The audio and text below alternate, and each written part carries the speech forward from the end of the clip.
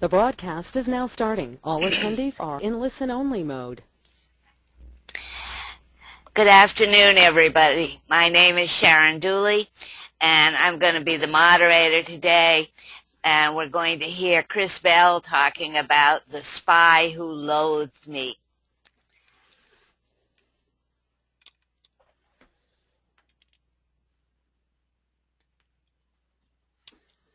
I'd like to thank our sponsor, Dell Software.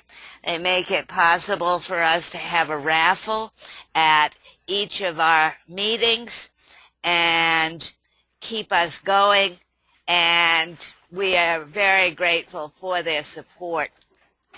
Don't forget about SQL Saturday. A few of the upcoming ones are listed on this slide. There's undoubtedly one in your area. They're valuable opportunities for you to learn stuff. They're a full day. They're free, except there may be, excuse me, a $10 charge for lunch.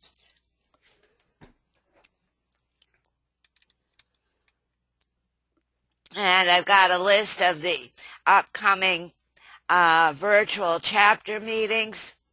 You can learn more about each of these presentations at SQLpass.org. And there's a whole mess of virtual chapters.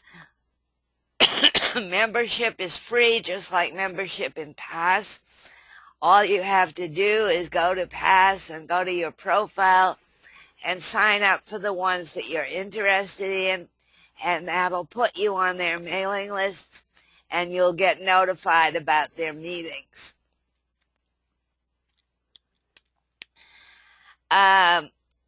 We can always use volunteers at PASS, and what they're doing at the moment is giving outstanding volunteer rewards. If you have somebody that you think should be recognized, you can notify volunteer recognition at SQLpass.org.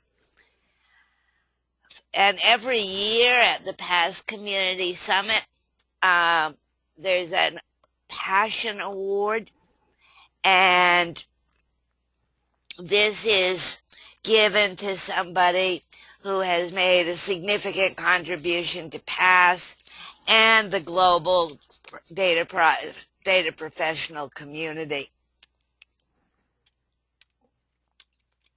And I'm very proud of the fact that most of the winners in the last several years have been women. PASS, as I said, is free.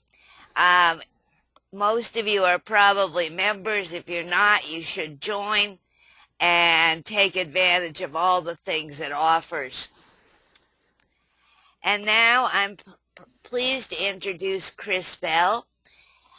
He's the founder and chief executive officer of WaterOx Consulting, and he's been working with SQL Server for 18 years and worked for all sorts of people such as Amtrak, Infinity Consulting, and so forth. He's the president of the PASS DC, the Washington, D.C. chapter, and a member of the board of directors for CPCUG. He also frequently attends and presents at PASS events. He's been making a tour of the East Coast for SQL Saturday. I'm looking forward to meeting him face-to-face when he comes to our SQL Saturday in Philadelphia in June. And in 2012, he was one of the finalists in the 5 finalists in the world for Redgate's Exceptional DBA Award. And now I'm going to turn the meeting over to Chris and let him talk. And what am I trying to do? I'm not trying to. I'm going to make you a presenter. And We'll take questions at the end, but you can start entering them as you think of them. So go for it, Chris. All right. Hopefully you can hear me all right. And we got the right screen on here. I lost my preview there. All right. Well, thank you for the intro and everything. Thank you so much for having me to come present this. Welcome to The Spy Who Loathed Me, an introduction to SQL Security. Got a couple things here out of the way right up front. There's a lot of information going to be covered here. Almost all security features of SQL Server and things to take into account. Some risks in that as well. So I'm going to go through this relatively quickly. Again, we'll hold questions to the end. Go ahead, fire them into the Q&A section there. We'll hit them at the end, as many as I can get in. My email will be at the end. You can contact me there as well. There are no demos in this. When it comes to security and this specific scenario, trying to touch on the basis of everything, I feel that would actually have a lot of influence on you of what you do. You say, hey, I saw that in a demo, so therefore I'm going to do that. It may not be what fits for you. So just keep an open mind for this. We'll blast through this stuff, and we'll get you all sorts of good information that will hopefully inspire you to start looking closer at the security that you have in place with your SQL Server environment and what you might want to do to tighten it down and harden it even more. So a little bit about me. There I am. That is my vanity picture since I'm not there in person. But as was noted already, WaterOx Consulting Incorporated, that is me, my company, myself, and I, founder, CEO, lead consultant. We're actually really excited because we are offering our first SQL DBA Level 1 boot camp this July in Washington, D.C. Come to our website, wateroxconsulting.com. You can get some more information about that. As noted, past DC, founding president, and also the primary organizer for SQL Saturday in Washington, D.C. We'll be announcing that in the next month or so when it'll be happening in December, so keep an eye out for that. Sign up, come on out. We have a fantastic time with it. Let's dive right in here and let's look at some stuff. Dum, dum, dum, dum, dum, dum. I usually have music, but I won't sing anymore, I promise. So let's dig into here. Let's look at our server configuration. Let's start at almost the highest level that we can. We start talking about security and look at our server and we configure it. The first thing we got to deal with is how are we doing with our service accounts? What are we doing security-wise? And there are a few different approaches that can be taken here for using domain accounts, which I'm going to treat this slide here for domain accounts. So you can have one account, you can have multiple accounts. How do we want to do this? Well, let's take a look at each one of those scenarios. Let's look at having one domain account for all of our SQL Server services running. The nice thing with this is that the setup is really, really easy. I create one account, one password, strong password we hope, or passphrase. We'll touch on that in a little bit. And use that for our entire environment. Great, nice and simple. We can get up there real quick. But when it comes to security, sorry, I can only give you one bullet hole there. Really low security, because if somebody gets a hold of that account, which again, if I'm running all my services, it has a lot of permission, most likely been set up as a local sysadmin on the different boxes, or even a domain admin. I've now got this huge risk that my entire environment is now exposed and at risk. And so when it comes down to maintenance, yeah, it's easy to maintain a single account with a single password, but if I go ahead and something's happened, I change this password, my maintenance starts to go off the charts, because my goal as a DBA is to keep my environment up and running as much as I can. If I only have one account being used to run all my services, when I go ahead and I change that, I have to go to every one of my servers and I'm going to have to restart all those services again, if not restart the whole server.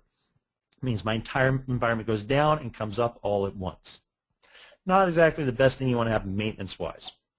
So let's get a little more focused here. Let's say we create one account per server. This is great if you got some smaller environments, or even with bigger environments, it works out really well. Set up a little more complex. Every server that I have to create a domain account, or have a domain account created for me. It's going to have a password. I've got to keep track of all that information. The nice thing is security does get a little bit tighter. If somebody gets a hold of one of my accounts, well, it's not so bad because it's only that one server. Now, depending on what's on the server, it could be really bad, but it's not such a situation where now my entire network is at risk here. Maintenance gets a little tricky with it. I actually gave it only a 1 on here because really it's a smaller number of accounts to have, but if something goes wrong, it's only one server I have to deal with restarting. So if it's my dev environment that gets breached, it's dev. I can bounce that when I need to, if possibly. If it's production, it's a bigger deal, but it's only going to be one of my production servers, hopefully not all of them. So maintenance gets a little bit easier if you have one per server. Again, your mileage may vary, depends on what you're able to do in your environment. Let's get down to an extreme, and I actually know some folks that have done this. Do one account per service. Now, yeah, this can start to get crazy when you do the setups, spend a lot of time up front there doing the setup.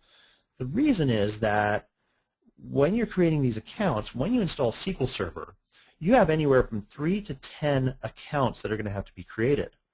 Great if I've only got a handful of servers, but I've actually supported environments where I had 700, 800 servers.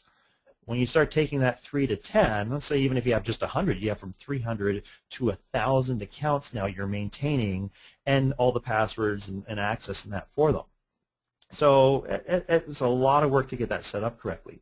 The nice thing, though, is security is going to be pretty darn tight on that. Somebody gets a hold of one of my accounts, they're only getting into whatever that service account specifically can do. And again, we're going to set those service accounts up so they have access to do what they need to do for the job they're doing, not necessarily generic sysadmin on the whole box. Maintenance, it gets kind of in between there. Maintenance, I got a lot of things I got to maintain. If I had one get compromised, I probably want to do my due diligence and get through a variety of passwords and change them either on that complete server or across my entire set. It's a lot of accounts to take care of. But at the same time, I can now just go with those individual services that I need to restart and restart those. They may take some other ones up and down with them, but at least it's not a whole server or necessarily the entire environment going up and down. So again, mileage may vary. It depends on how you want to use this and how many accounts you can set up. Now, a great alternative, I know a lot of us use it most likely when we set up our own installs of our development environments, are the local service accounts. And these are great, but they are used more often than they should be. If you've got domains, start using the domains and doing that kind of thing, lock it down a little tighter. The reason that local service accounts started to pose a bit of a risk is that they used to usually have full local admin rights on your server. Now, after Windows 2008, it's not such an issue.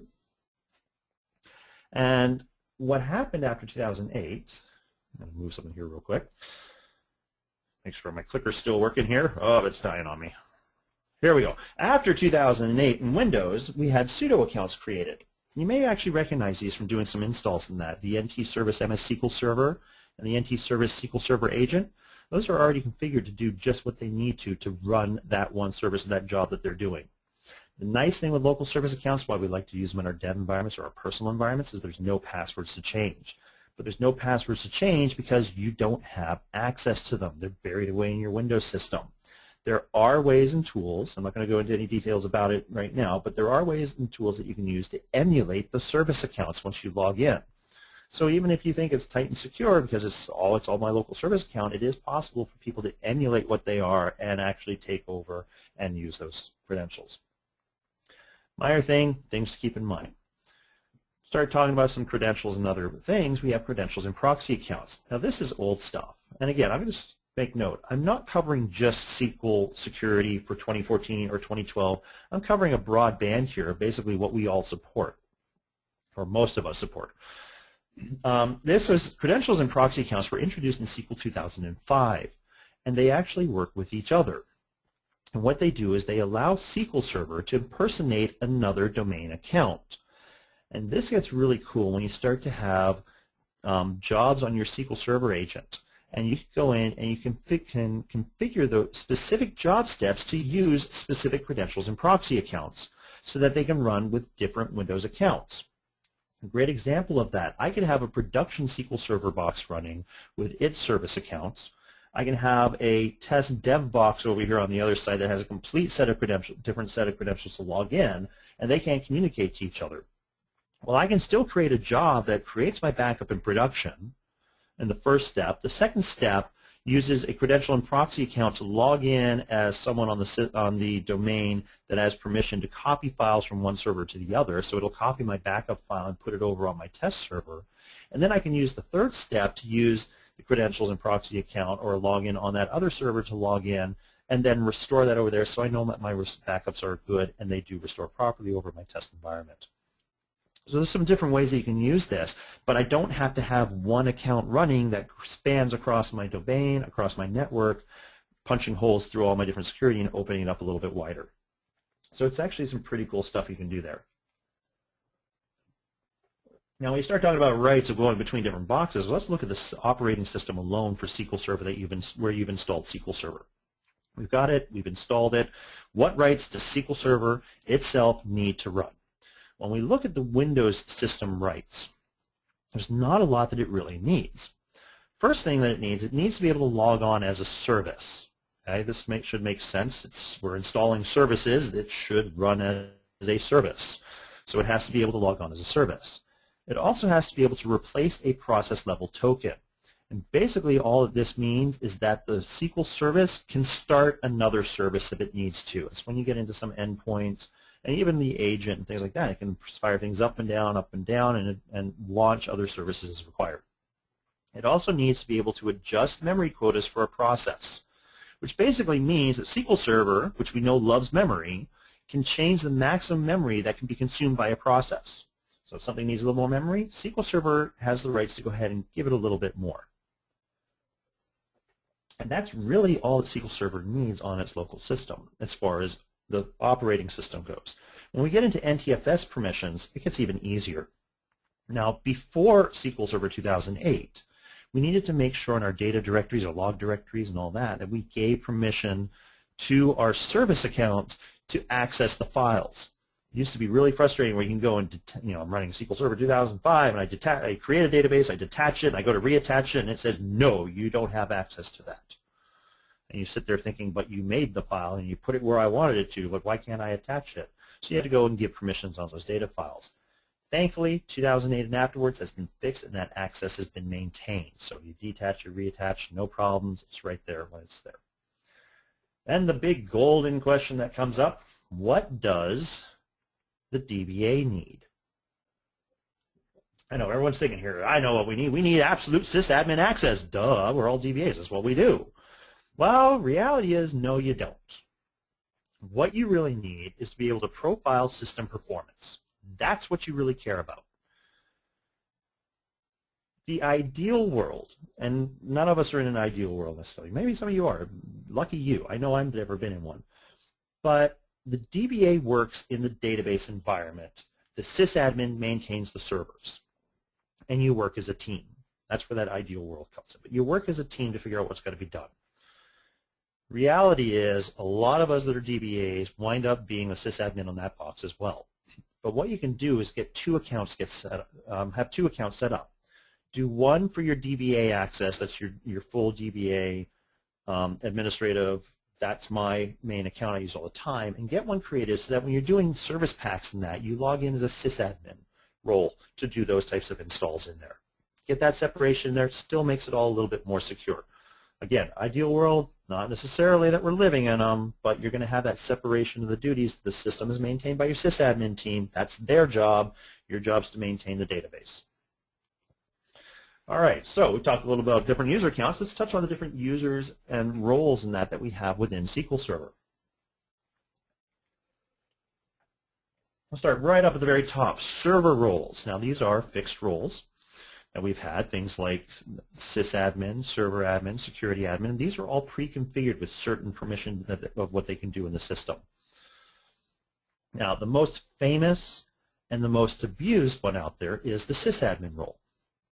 This has the sysadmin role comes into your SQL Server and can perform any activity on that server. So when people, this is why we always freak out when an application is bought or third party comes in and says, yeah, well, when you install it, you do it with a sysadmin account, just give it a sysadmin account and run it that way. We'll go, whoa, wait a minute, I just gave you the keys to my entire environment there. I don't know what you're doing with it. And it's because a lot of times the time and effort isn't spent to figure out what do you really need to be able to do what you need your application to do or whatever to do what it needs to. Now, the cool thing with server roles is we've always had fixed server roles, but we now have user-defined roles as of 2012. What does it mean? It means that we can create custom server-wide roles. Great example of this, we have sysadmin, we have security admins, process admins, bulk admins, DB creators. Those are all the standards that are there, including public, which everybody's a member of. But now I can do things like create a junior DBA server role.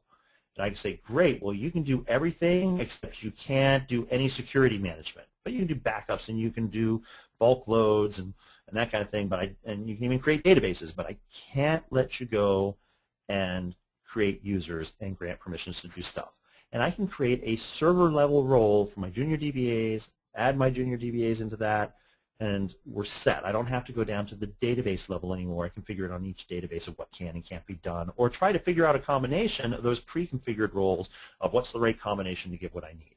I can go in and do exactly what I want to do with it. Speaking of database roles, of course, that's our next level down, server down to database. Again, it's just like the server level. There are fixed roles, and 10 are created with every database that you create. The highest level, which we all know and love, is the DB owner. And this allows the user to perform all configuration and maintenance activities on the database. They can also drop the database if they want. So again, when you get those applications, yeah, just make a DB owner of the whole database. It's like, well, wait a minute. You may not need that much access. But you know, it's looking at your environment and what do you need to do what has to be, give the permissions that are required. You know, our least privilege that we like to work to. Database roles have always had the user-defined roles. This is the most common way to deal with security at the database level. It's also the most recommended. And the reason is they get very, very granular. Some really cool stuff you can do in there, and what's really neat is you can nest them. So I don't have, and that ties back, now we have the server role, it's easier, but before I could make multiple roles and say this role is a member of this master role and this role and this role. So I can start to break groups out that way in more detail. Some of the roles that you may be familiar of fixed roles are things like the DB data writer, the data reader, security admin, that kind of thing. Well, now with user defined, you start to make your own of whatever you need it to be. You can go in and say, well, this is my HR department role, and they can access everybody's payroll levels, but the other folks, they can't, or they can access this table, but they can't even see this column in that table. So there's a lot of flexibility in there.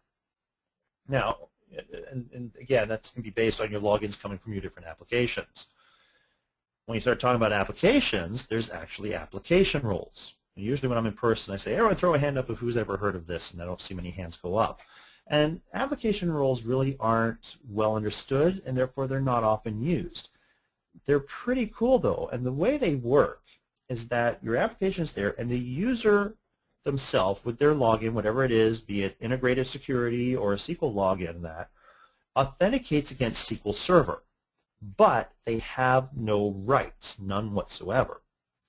The application comes in, and the rights are actually activated by the application using the SP set app role. Now, you do have to configure the role ahead of time, but I like the concept of this a lot because when I've got an application, and I've been guilty of this, I think we all have tried to do this kind of thing too, and you've seen it happen, that someone goes, I got an application, I log in, I know it's a SQL thing, it works fine, I'm in the app. Okay, well, what if I go into Excel and I just open up a data connection and I go out to the database because I know how to connect to it because I'm an elite hacker, and I can go in and I'll put in my user ID and my password or use my trusted connection, and ta-da, I'm in the database and there's the tables. I can just get what I want. I don't have to worry about dealing with the application, the reports, and all that kind of stuff in there. Well, when you have an application role in place, when that user logs in, remember, they have no rights. So they'll use their user ID password, think they're all that, get in there, and they see nothing. So you've locked down and secured that away a bit, and the application is what is used, again, buried in the code to go out and set up the application role and have that the permissions required to read, write, change the data to whatever is needed. Pretty cool little feature. And you can't complain about sharks with frickin' laser beams on their heads. So, we're talking about connections still there. Let's look at client connection strings. Just really, really quick here. When you're doing it, Windows authentication is the best way to do it. It's got your domain controls, everything in there is nice, tight, secure, but it is not always possible. You may not have a domain, and there's some other scenarios that come up as well, but you may not be able to use Windows authentication, just of whatever restrictions. So what you want to do is to take extra care if you're a developer or working on a project to make sure that connection strings are secured. Okay? Main way to do this is really watch out for plain text. and by this I mean take a look in the configuration files. That's most often where you're going to see a connection string stored in a configuration file sitting in plain text. A real bad culprit of that sitting on your web server is the web.config. Now there are ways you can go in and you can have things read it into memory and take the connection strings, read it into memory, encrypt it, and put the encrypted back into the file, but then that's a whole issue on your application actually having control of its own configuration files in a way. You know, there's third-party tools, there's different things that can be done, but you want to watch out for that plain text happening out there. Dealing with connections, there's also endpoints. Now, this is basically, at a real basic level, a service that listens natively for requests to SQL Server. Now, we may be familiar with some of them. You may have seen the database mirroring endpoint if you set that up. Service Broker works with endpoints as well. SOAP, the Simple Object Access Protocol, does as well. They just have various properties that are required to be set for you to be able to come through them. Now, once they're created and defined, access can be granted, revoked, and denied from users, groups, roles, and logons. And it can be used to restrict application access. You don't come blazing in on the default TCP endpoint that we mostly use. You actually create custom endpoints and you deny connectivity to the default TCP endpoint. And you connect connectivity through the endpoint that you want only. Now, when you create new endpoints, by default, that public role that everybody's a member of has the right to connect to the default TCP removed, and then you have to be routed through one of these other endpoints. So it's kind of a neat way to go and say this application is coming in this way, that one's coming in from here, that one's coming from here. You can actually know where places are coming in from and control that a little bit more. All right, SQL password security. We all know about SQL Server authentication. It's there, it's built in. It's how we can create our user IDs and passwords and not rely on our sysadmins or our domain administrators and that. The downside to SQL Server authentication in general, it's usually broken by a brute force attack. That's the most common attack you're going to see against that kind of authentication. Not saying it's a bad thing. It's got a good place to be. Make sure you have strong passwords and policies set in place for it, but it also puts a lot of maintenance on our side as database professionals of maintaining all these users and passwords and making sure things are done right and resetting them when people forget and get locked out, that kind of thing. So a great alternative, we've talked about it before, is the Windows authentication. You know, I love Windows authentication because it means that I can go over and have a whole other team that's separate from me that maintains my users. When someone leaves the company, they pull them out of the group or take them out of the system, and they're automatically out of my system. I don't have to worry about that. The nice thing with Windows authentication, too, is that you've got Kerberos. And the real high level of Kerberos is it's your ticket to ride through your domain. You log in one time, and the system authenticates you and gives you a ticket. It says you are who you say you are. And so whenever you go to connect to other systems, you're browsing your networks, anything like that, connecting to different SQL servers with this integrated Windows authentication, Kerberos basically sits there and says, all right, you know, when you connect, the system says, all right, who are you? I need you to log in to validate who you are. And you go, haha, but I have a ticket. I've already done that. And it goes, oh, you do have the right ticket. Come on in. If you don't have it, then you're forced to log in. So that's just the real high level of Kerberos there. I'm getting a warning that I've got some network connection difficulties possibly. I don't know what people are doing in my neighborhood. But hopefully you're not going to lose me here. The other part of that, which I mentioned briefly, is Windows authentication. My clicker just died on me too. Is controlled by the Windows Active Directory domain controller. So that means that my domain admins control the users. We get the groups made, we go in, we connect however we need. You know, we set them up with the access that they need, and they throw people in and out of those groups, and that gives them the permission they need within our environment. If you use SQL Azure, now this is not, well, I mean, I say SQL Azure. It's going to be whatever they're calling it this week. But this is not SQL Server running on an Azure VM. This is SQL Azure itself. You'll notice a couple things when you get logged in and you look at this. Okay, first thing you'll notice, there's no SA account. The reason is you're using a shared resource of Microsoft's, and Microsoft has the SA account, and they're not going to give it to you. You'll get access into your own database, your own little subsystem there, but you're not going to have the SA account. You'll also notice there's no Windows authentication with SQL Azure. So you're going to be forced to use SQL Server authentication. So just things to keep in mind. Now, contained databases. These are fun. They were new in 2012. The purpose of them really is to quickly and easily move between instances. Take a database from instance A, move it off to a whole other install of SQL Server. Nice, quick, and easy. The way this works, and if you've ever moved a database between, you've probably had the headache where you copy your database from here, you put it over there, and you go, oh, darn, none of the user ID SIDs match up. I got to come back over to my main system, run whatever script it is. I forget the name of it. You can Google it and find it in less than 2 minutes. Get that information, bring it over, load it up, fire it up. There are all my users, everything in sync, good. I finally moved the system. Contained databases do away with that headache by putting the user info and storing it in the database itself. It doesn't record it over in the master database anymore. So you got that's our contained part. It's containing our login credentials all internally to my database. And this is nice, and they're a cool feature, and they're kind of a neat thing to play around with. Definitely try it out if you haven't. But as far as security goes, there are some problems.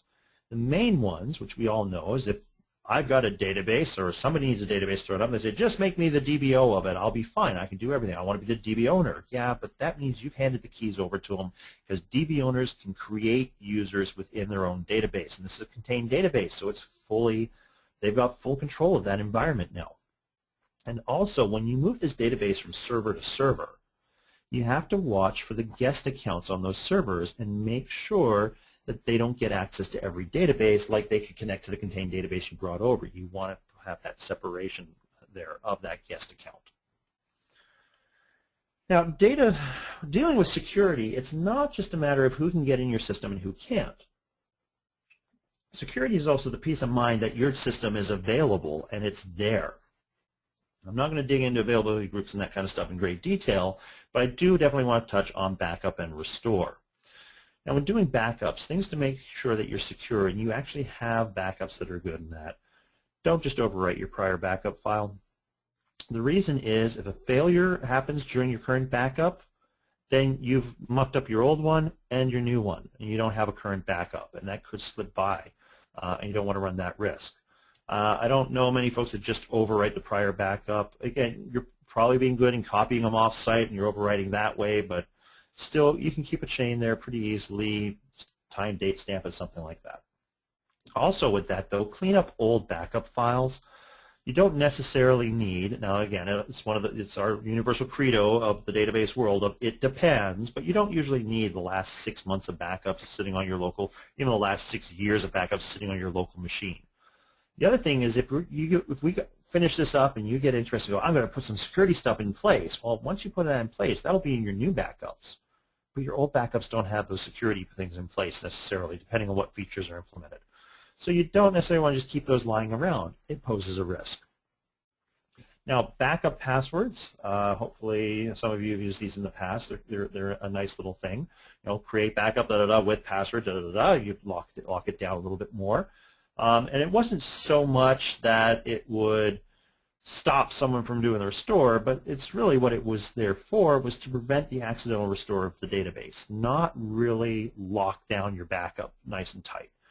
I know I've had times where I've had those backups and said, all right, let me do a restore, and I'm pointed at production, which I don't want to do, and it comes up and it's like, hey, what's the password? It's a nice little memory jog going, hey, you probably don't want to do this. But if you are using the backup passwords, just keep aware they are deprecated as of 2012, so they are definitely going away. When you're talking about backups, don't forget your keys and certificates. I'm going to say this a couple times through this presentation, okay? Keys and certificates are what we use to encrypt and protect our data. If you lose your keys and your passwords and all that associated with it, you could lose your data. Not that it's just going to disappear, but it may as well have, because you won't be able to decrypt it and get that information back. So make sure your keys and certificates are part of your backup strategy. We'll go over that just a little bit. There are some new backup options that we have now. We do have SQL backup to URL. This was introduced in 2012 with T-SQL statements, PowerShell, and with using the SMO.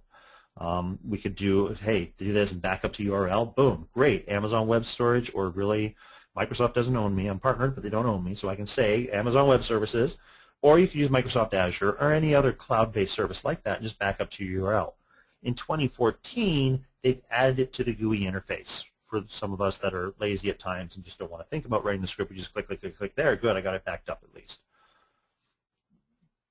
You also have an option to do a SQL Server managed backup to Azure, and this came in 2014. It's a little bit different than SQL backup to URL. Backup, I run my process, puts it out. There's the managed backup I can put in here, and it backs up to Azure storage only, and it can be set at the database and the instance level. Now, for those people that work with Azure or are playing with it and researching it, you know it's free to put your stuff into Azure, but if you want it back, you're going to pay. As we had in some other discussions, it's kind of like New Jersey. You can go in for free. You got to pay to get out. It's the same kind of thing when you get Azure in place. But if you're running an Azure environment, grab some blob storage for cheap, and this is actually a recommended solution for SQL on Azure VMs. Because what you can do is create your backups, throw them off onto this blob storage so they're not even touching on your local resources, so you can have a smaller drive set up on your actual SQL server instance. You know, have the space you need for your files, for your data files and log files and that, but your backups can go off onto this cheap blob storage over here. If you keep it in Azure in the same region, it's free to move that data back and forth. So it's a nice little feature in there, and that's why it is recommended for SQL on Azure VMs. They've also added backup encryption. Again, this is a new for 2014 item, and what this does is this encrypts the backup while it's happening. It does require a database master key and a certificate, or you can use an asymmetric key, but it has to come from an EKM only, or an extensible key management system only. We'll touch on those in a little bit too, what that is. Now, what's neat with this is if you're using transparent data encryption, which I'm pretty sure we've all had beat into our heads when that was introduced because it was a really cool feature to have and got base compliance on a lot of things. But we know that transparent data encryption encrypts your data files, log files, and your backups of that database, basically the data at rest. And if you have that, well, now what you can do is back up your transparent data encrypted databases, your TDE databases, and add backup encryption on top of it using some different certificates of keys, and you actually increase the security because you're double encrypting now. Some pretty cool stuff there. So, I mentioned a bit earlier, off-site storage and restore. Off-site storage is absolutely critical, and it is a necessary evil. But the thing is to get your backups away from where you are.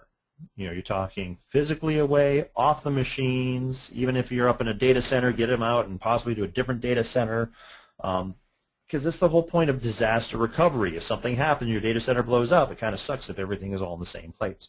So you just got to get that detachment from where you're physically located.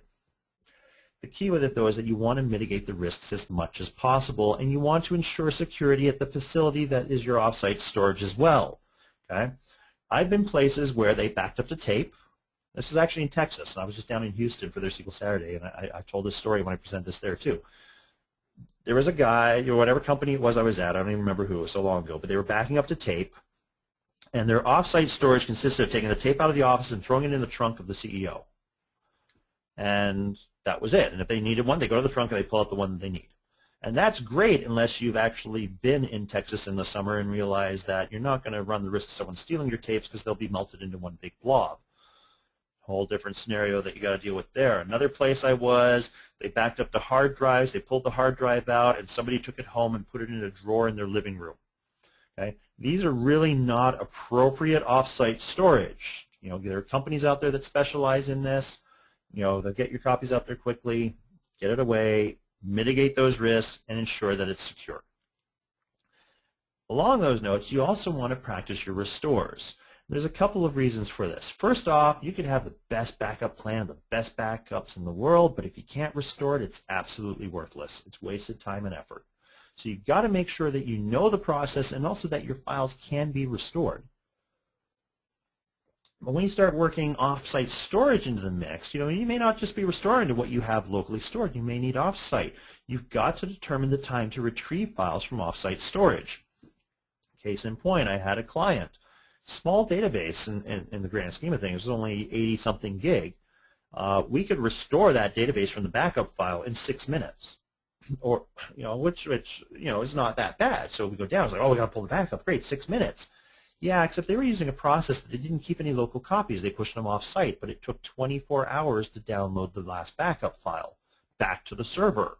So if something happened, they came running up and said, hey, we need to restore the system. How long is it going to take? I can't say 6 minutes. I have to say it takes 24 hours and 6 minutes. Why? It takes me 24 hours just to get the file.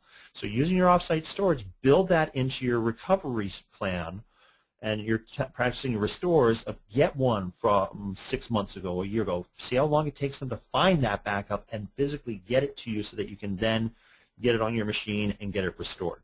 Work that into your recovery plan and that timing as well. All right, so I'll talk about this a little bit. Keys and certificates. There's a couple of different types of keys that we have in SQL Server. First off, we have symmetric keys. These are the simplest type of key, and it's the same key used to encrypt and decrypt. Think of it like a deadbolt on your door that has the keyhole on both sides. It's the same key to open the door, the same key to lock the door on either side of the door, whichever you are. These are used a lot because they have really good performance because they are so simple and it's that single key. But wherever you're using it, the key has to be at all locations to be able to decrypt.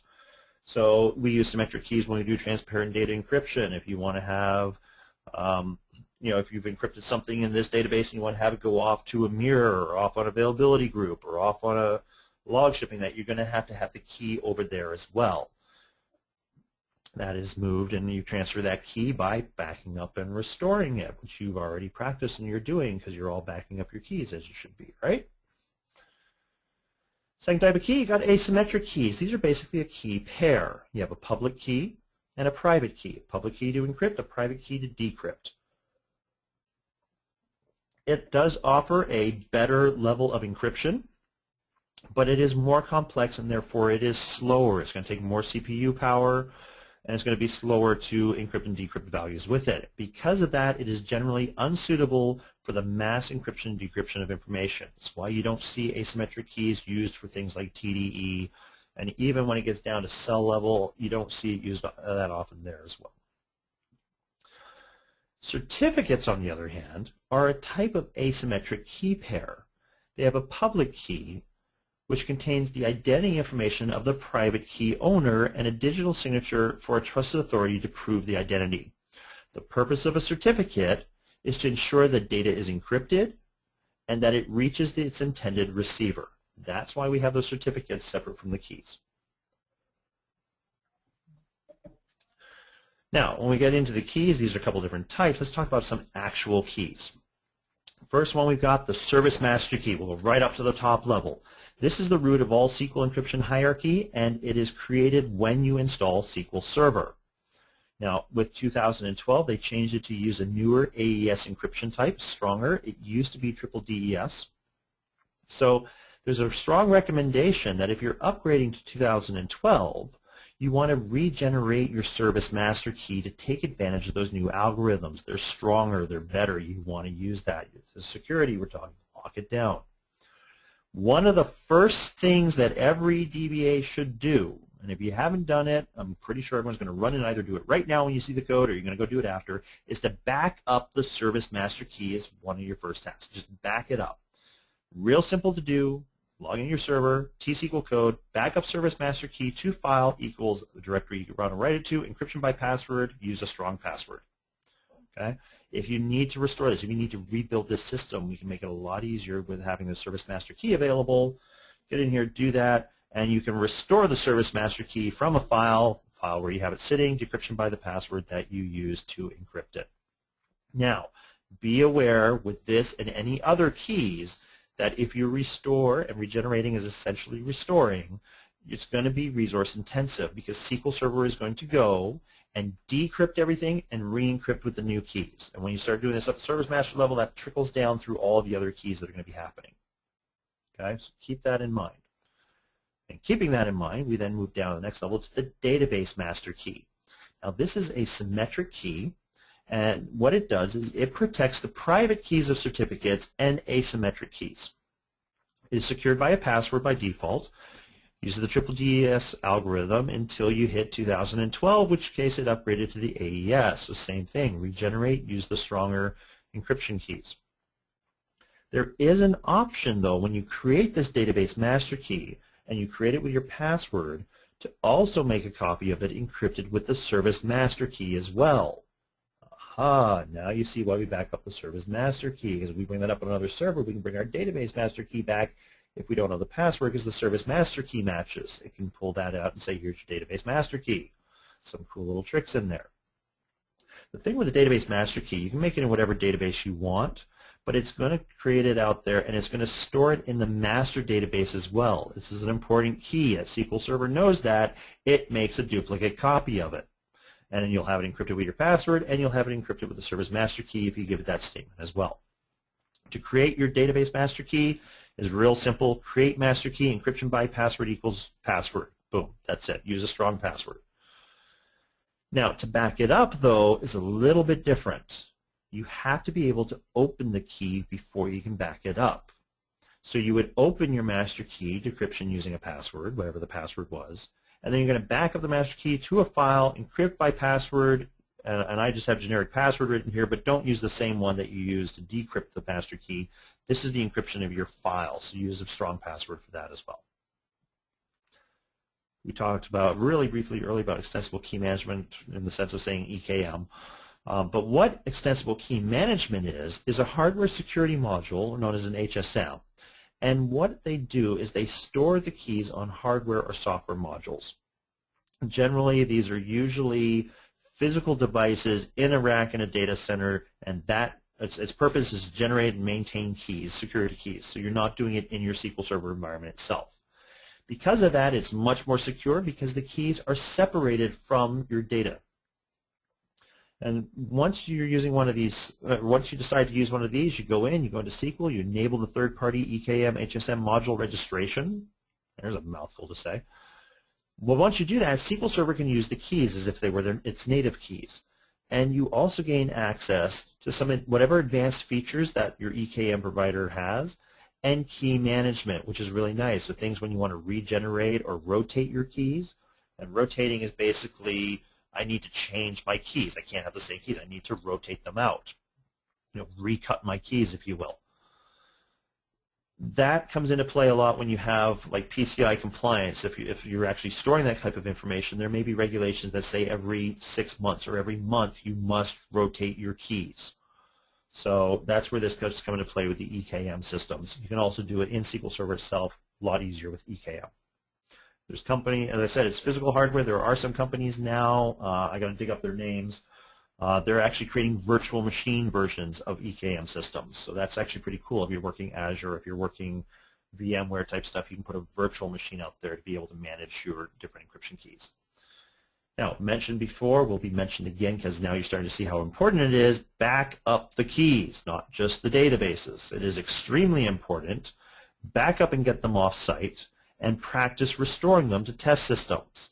Because if you have stuff encrypted, if you have TDE enabled, if you have column and level encryption in place, if you lose the keys, there's no easy way to retrieve the data.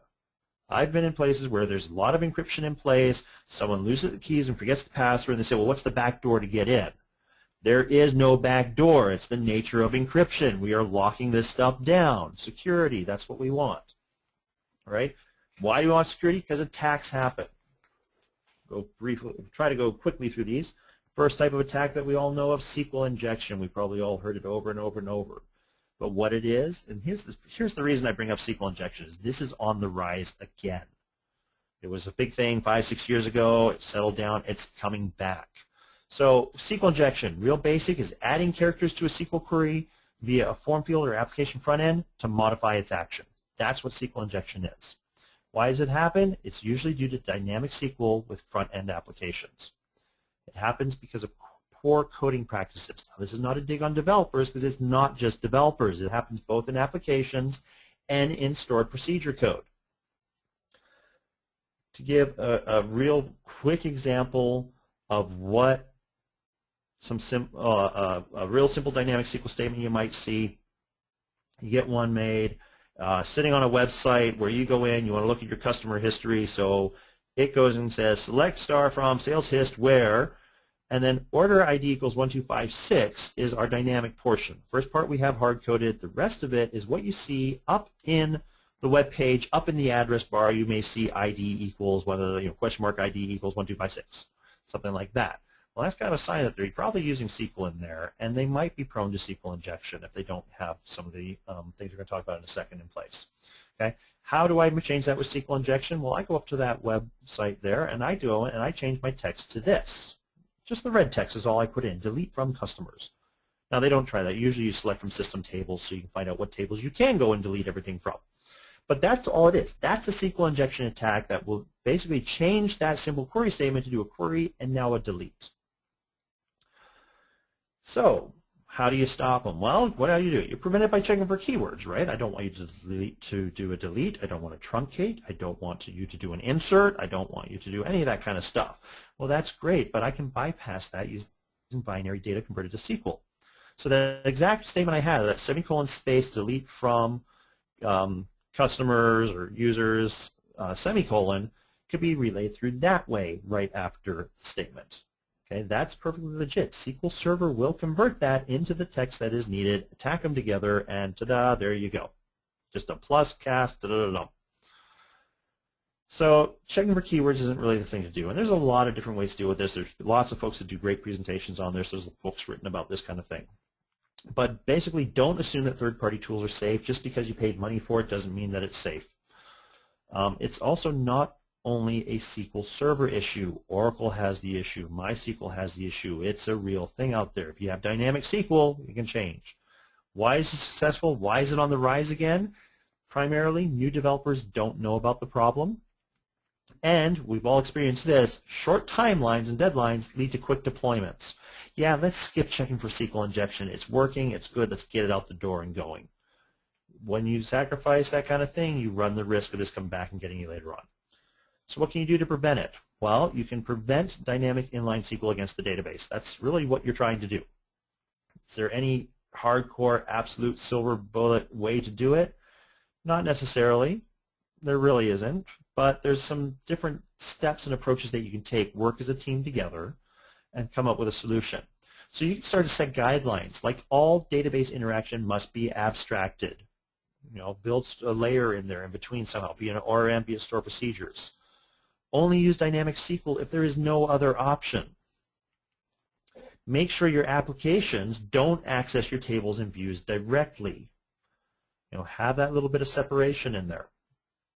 And that comes in where the abstraction comes in.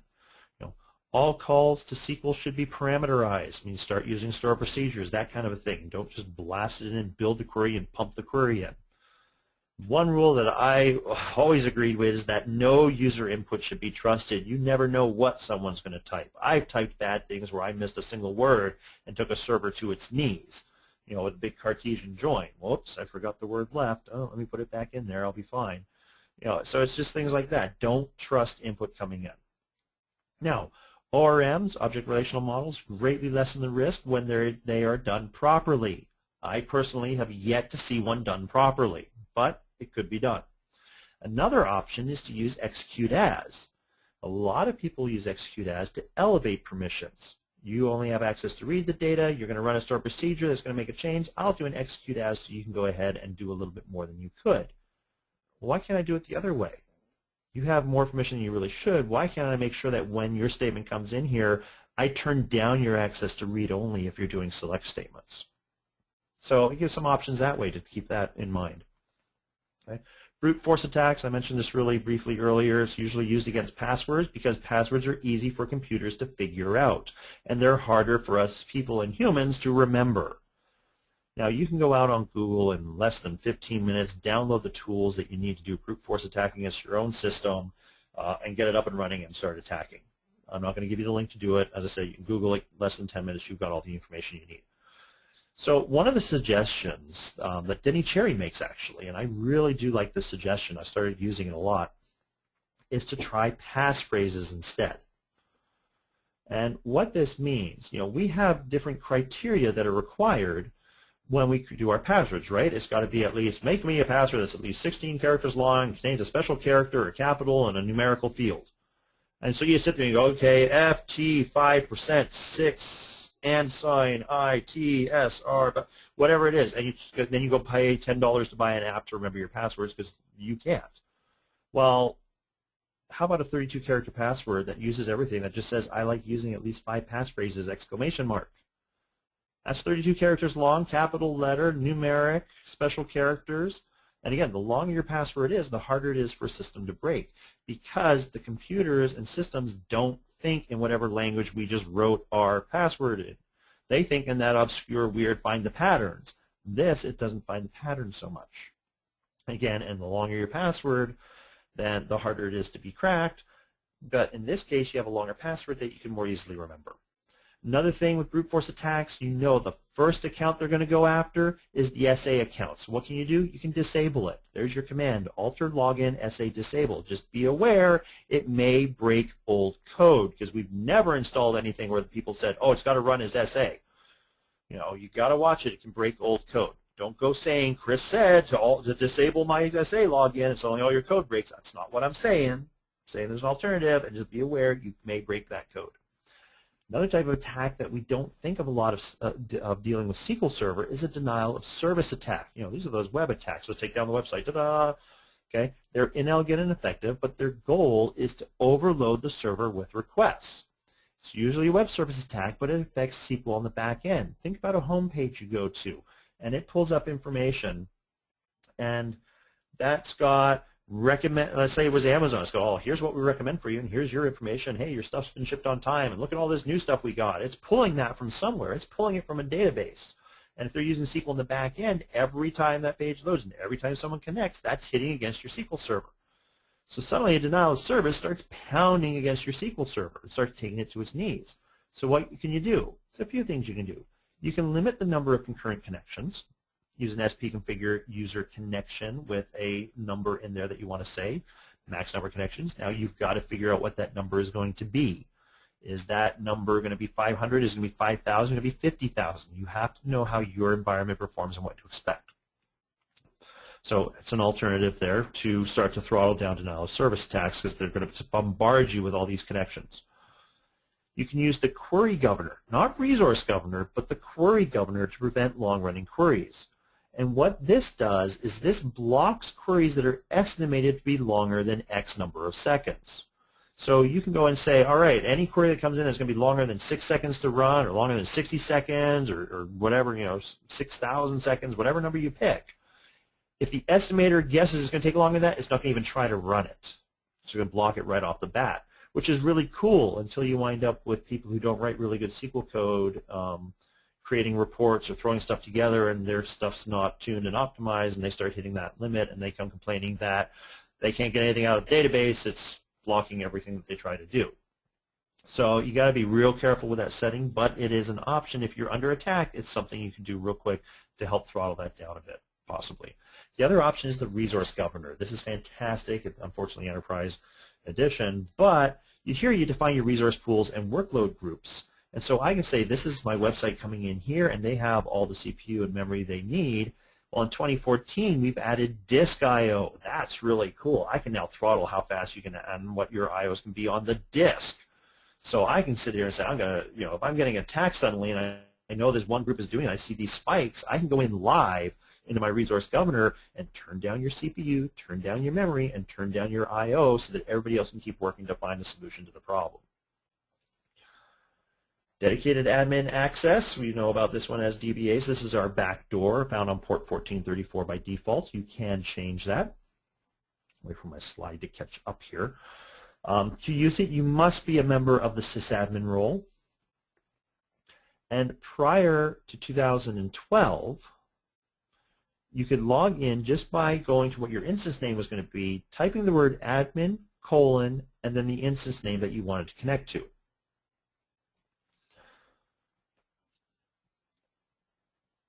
Now, after SQL Server 2012, you know, so 12 and 14 basically, that option was taken away. And what we've got to do there is we have to use the SQL command only is where you can use this dedicated admin access. To do it, there's a -A switch, or you can put the admin colon like we used to do to prefix that to the instance name in your SQL command. So what you wind up with, it's like there, is SQL command -s for your server you're going to connect to, admin, instance name, put in your other credentials, and log in. Now, by default, you have to be on the box, logged in on the box with your sysadmin rights to be able to use this backdoor. It's by default, you don't have this enabled for remote connections. To enable that, all you have to do is send the command up and do a configure on your server of spconfigure remote admin connections 1. It's an advanced setting, but once you've got that set, then you can be sitting at your local desktop if need be, and you can connect out to the server there. Okay, just got a couple slides left here real quick. Move into hashing encryption. Told you I was going to touch on this one real quick here. Encrypting objects, we're not talking data, we're talking objects. This is where you encrypt the code behind your objects. That's that with encryption statements. You know, create stored procedure with encryption.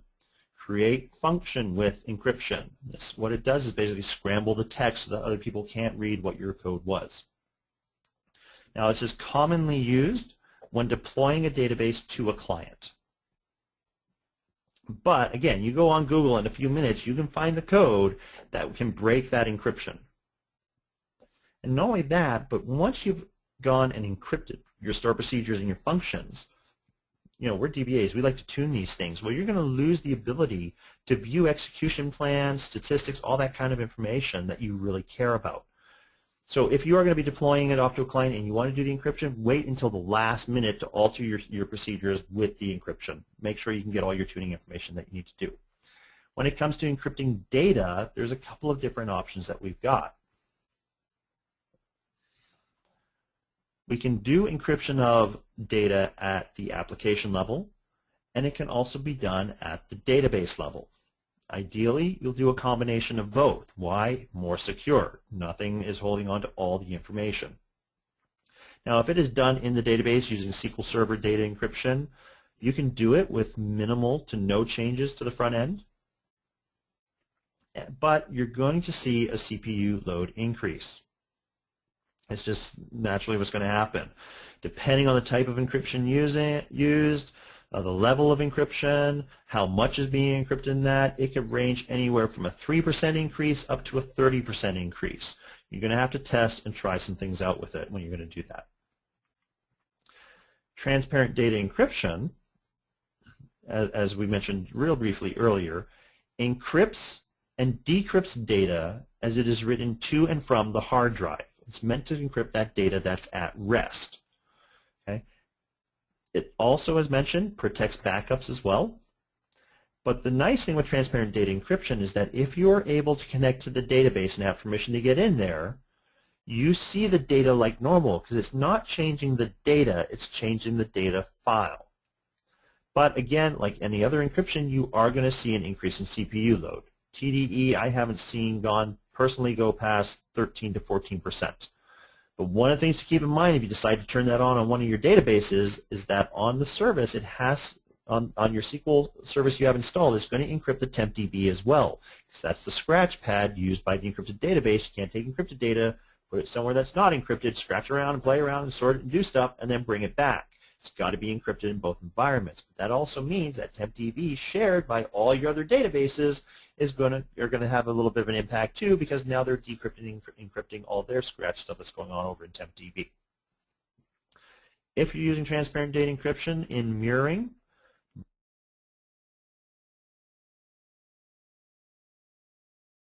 is encrypted in the transport between the two locations as well. It's kind of a nice little feature to have in there. Now, if you use backup compression, you will see much lower compression amounts. The whole purpose of the transparent data encryption, your backups are created off your files. And so they're already going to be encrypted, which scrambles the information so that you don't have as many repetitive parts, and that's how compression works. It takes the repetitive parts out and basically packs everything down. So you're going to lose that, and you may even see backup compression result in larger backups than you had before, depending on the type of encryption that you're using. Even transparent data encryption, it could get bigger. Now, if you're doing replication, transparent data encryption is going to require to be installed on the publisher and subscriber. The way you get your transparent data encryption on all your different locations, again, is back up those keys and certificates and restore them at the other location. Transparent data encryption does not encrypt file stream data. That is data stored outside of the system, things like documents or photos that you stream through from the file system. It only does the data in the database files, the MDF, the LDF, and the NDF. Those are the only ones, plus your backup file. Right? As I said, going through this real quick into the last slide here, real quick touch, hashing and encryption. This is all the way down into your data itself. Now we start messing with the data. And, you know, basic differences between hashing and encryption. The purpose of hashing is to mask values. The purpose of encryption is to secure values. So what do you have to do? Do you have to obscure it or do you have to secure it? That's your real difference. That's funny. That's a rhyme. I should remember that.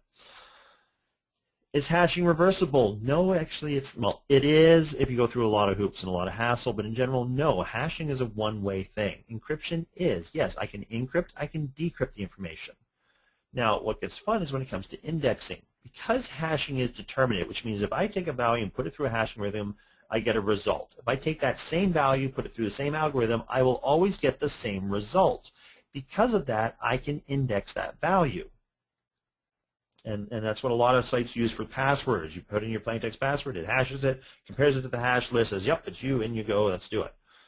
Encryption doesn't work that way. Encryption is non-determinate. Every time you encrypt a value, same encryption algorithm, you get a different result every time. So it is not possible to index it. But I'm going to put a plug here.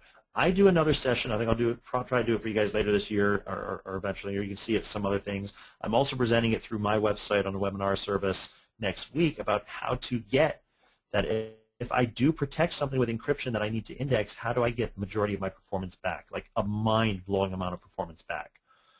Keep an eye out for that one. It's my little plug for another session I do. Are keys required for hashing? No, they're not. But for encryption, yes, they are. And when I do hashing, you know, CPU load, hashing is going to be lower. It's not as intense. Encryption is much more forceful, much more CPU intensive, a lot more thought process goes into it. So there we go. That covers a lot of the security features we have, and there's hopefully a lot of hints and tips on what to keep in mind there. It's hopefully piqued you guys into piqued your interest into trying to dig into this a little bit more. Contact info for me if you want to talk to me on Twitter at cbell.dba, chris@waterrocksconsulting.com if you want to email me at any point, or if you want to know any more about that boot camp, waterrocksconsulting.com is the website. And I'm set. We can turn this back and we'll start looking at some questions if we have any. Let's see here. Pulling up the questions here. If my interface wants to work for me, I will pull up questions here.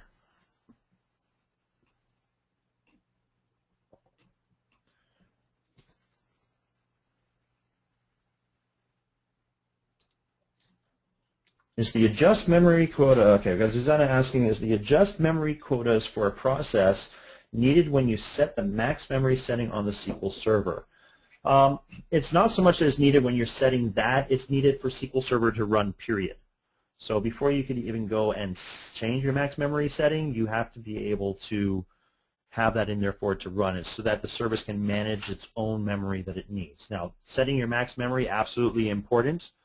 A little bit of trivia there for you folks. If you look at that max memory number, that huge number, that's the maximum number an integer can be, so that you know they store it in the system as an integer somewhere. Fun little thing. Rename the SA account, but a bot is still trying to log in as SA every 8 seconds. What do you recommend? Oh, that gets tricky there. I have to think about just a little bit of what I would recommend for that. That was Donna Shaver asking that.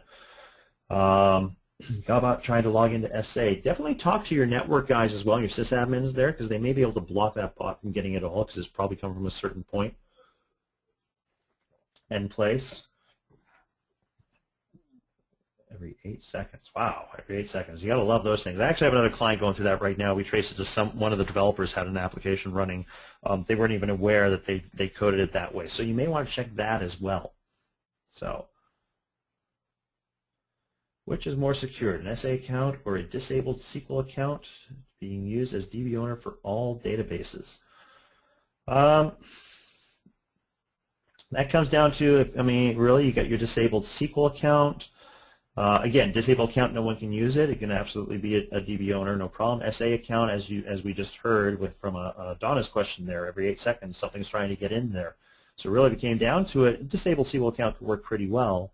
DB owner, I usually try to get somebody set who is the actual, who's responsible for the database, so that we can get some other things in there as well.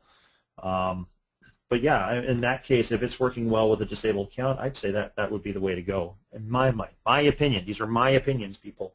Do your research. Don't trust what anybody says on the internet. Awesome. Thank you for the comment, Jeff. Won't read it out to everyone because he's already left and it'll just embarrass him. Service account OS rights are perform volume maintenance tasks and log pages in memory no longer needed. Those are optional settings for the service to make it perform better.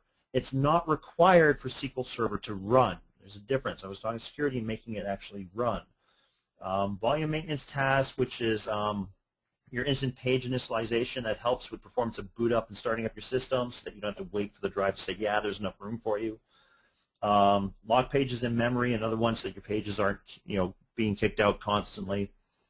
Again, it's a performance setting. You don't need to have those set for SQL Server itself to actually run. That was for Ben that asked that. Oh, with Donna, I just saw the other comment there that the IP address changes. Wow. I got to think about that one. Shoot me an email with that. I'll think about it. If I get anything, I'll definitely get in touch with you. I'll let other folks know through a blog post or something too. Contained databases, does that allow domain accounts as well? There is a way to set up contained databases to use domain accounts and cross through. That's why those guest accounts and that get a little bit tricky that way. Because if you move it between databases and these other accounts have access to it, oh great, they're in your database. That's what they are. Let's see here. Jeff's interested in the answer as well. I'm thinking that's for Donna's question about the SA being pinged against constantly. Again, I will dig that up. I'll throw it out on the blog post as well. Let's see. Good, bad practice to rename SA account when server created. You know what? I'm not going to set any hard, fast rule on that. That's going to come down to our credo. It depends. Rename it. It's just not SA. There it is. You can specify anyone else as the SA, different accounts. It's just making sure that you have your SA account, not your SA account, but an account with SA access to get in if you need to. That's going to be the key in there. So, all right. Yeah, and I will definitely get more research on Donna's thing there and get a blog post posted that. Check for it. I announce them on Twitter, and they'll be on the website as well. So.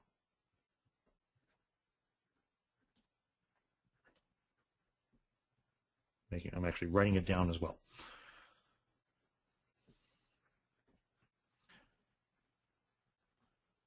I mean, I could even get to the point where I talk briefly about endpoints. You can make a new endpoint and just pump everything through the endpoints and turn off the default TCP/IP, and that bot won't be coming in that way. You might even want to try changing the port number if you're comfortable doing that from the default, because it's probably coming in on the default 1433 port. So then it's not going to go digging its way in that way. So that might be another thing, just to quiet it down some, at least in your SQL Server environment. If it's trying to log in, it's just one of those. It's trying to get there, but it's not actually getting through the port to get to you. That might, just off the top of my head, throwing ideas out there. All right. I think I got all our questions there.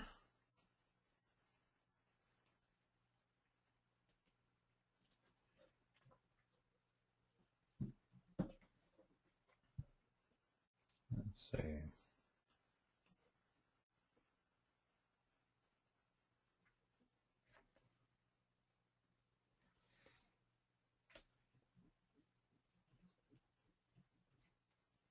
Just waiting for our host to come back. Here, I'll throw up another screen here for you. I'll throw up another window here. Here's some of the resources that I've used when creating this presentation.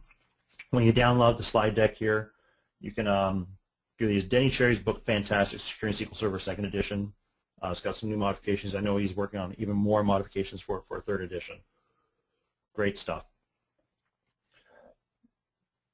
If you install SQL,